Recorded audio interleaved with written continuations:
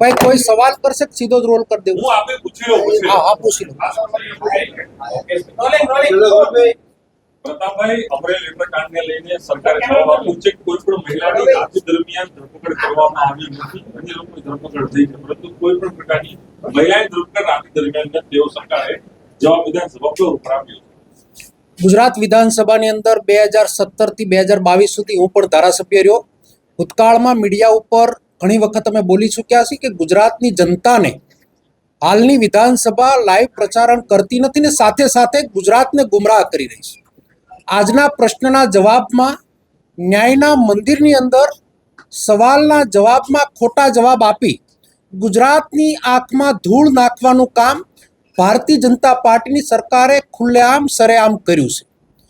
अमरेली जिल्लानी पायल गोटीना लेटरकांड बाबते प्रथम पत्र में 1 तारीखे सवारे लख्यो त्यारे स्पष्ट उद्देशीने लख्युं हतुं, समाजना अग्रणीने पण लख्युं ने मुख्यमंत्रीने पण लख्युं कि न्याय अने कानून प्रक्रियानी अंदर कया जग्याए एवो न्याय छे के कायदो छे कि रातना 12 वागे कोई बेन दीकरीनी धरपकड़ करवामां आवे।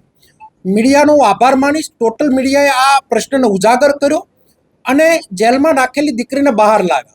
आजना सवालना जवाबमां आपनार आ सरकारे गुजरातने गुमराह करवानुं काम कर्युं छे, पोलीसने बचाववानुं काम कर्युं छे।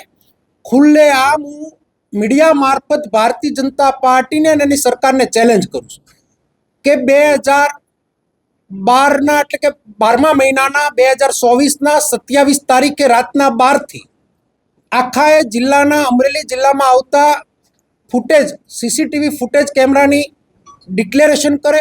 टोटल पोलीस स्टेशननी अंदर सीसीटीवी जे फूटेज हो ए डिक्लेरेशन करे। अमे जे वात मूकी ते वात उपर सार्थक एटला माटे अमे करी रह्या छीए के नीलीप्रायानी तपास पण करी, एना तपासना अंते आ साबित पण थयुं। एना अंते जे रातना पोलीस कोन्स्टेबलो लेवा गया एने सस्पेन्ड पण कर्या अने बीजी बाजु गुजरातनी जनताने गुमराह करती सरकारने गुजरातनी जनताए ओळखवानी जरूरियात छे। पायल दीकरीनुं रातना 12 वागे धरपकड़ करी अने गोंधी राखवामां आवी अने वळते दिवसे एने फरियादमां 28 तारीखमां देखाडवामां आवी।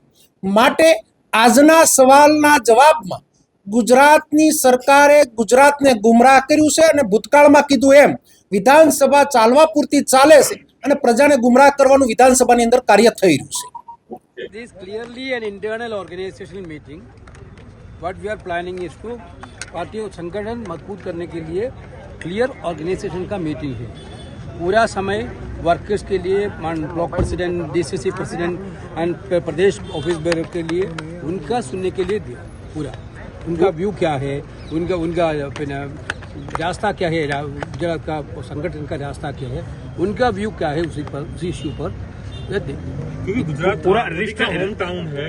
27 इलेक्शन यार मोटो डीजाई છે યાર કેમ આમ કરે છે? नो हमारा पूरा कंसंट्रेशन ऑर्गेनाइजेशन बिल्डिंग के लिए this is not in the Gujarat, all over India, but we are starting from the Gujarat. Okay, पूरा रिस्ट्रक्चर होगा संगठन का या उसके लिए हम वर्कर्स एंड लीडर्स का ओपिनियन क्या है उसी तरफ के लिए बैठक।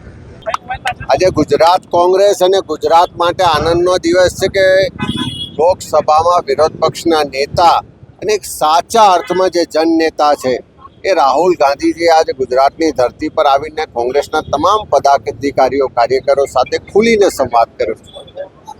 શરૂઆતમાં પ્રદેશના નેતાઓ સાથે પણ વિસ્તૃત ચર્ચા કરી છે। જિલ્લા કોંગ્રેસ સમિતિના પ્રમુખ, તાલુકા કોંગ્રેસ સમિતિના પ્રમુખ, નગરપાલિકાના પ્રમુખ, ધારાસભ્યશ્રીઓ સાથે પણ વિસ્તૃત સંવાદ થયો।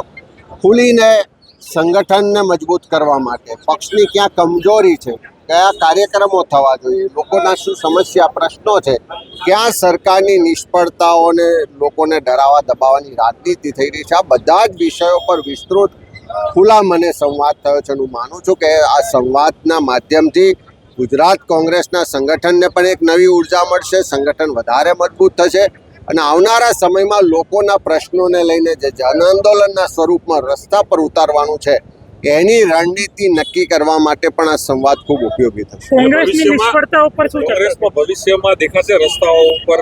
કારણ કે જે રાહુલ ગાંધી પણ મુદ્દો કીધો, તાલુકા જિલ્લા કક્ષાના અધિકારી જિલ્લા પ્રમુખે જ કહ્યું કે આંદોલન નથી થઈ રહ્યા, કાર્યક્રમો કરવાની જરૂર છે। ગુજરાતના લોકો બધી જ રીતે હેરાન પરેશાન છે. સરકારનું 30 વર્ષનું એક હથ્થું શાસન, જોર જુલમ ને અત્યાચાર, સત્તાનું કેન્દ્રીકરણ જે રીતે થઈ રહ્યું છે એના કારણે લોકોમાં ખૂબ નારાજગી છે. લોકોના જે પ્રશ્નો છે એને લઈ અને કોંગ્રેસનું સંગઠન આવનારા દિવસોમાં રસ્તા પર ઉતરીને લડાઈ લડે, આંદોલનો કરે. એ મુખ્ય લોકોની જે લાગણી છે, કાર્યકર્તાઓ એને આગળ લઈ જવાનો આજે સંકલ્પ કર્યો છે.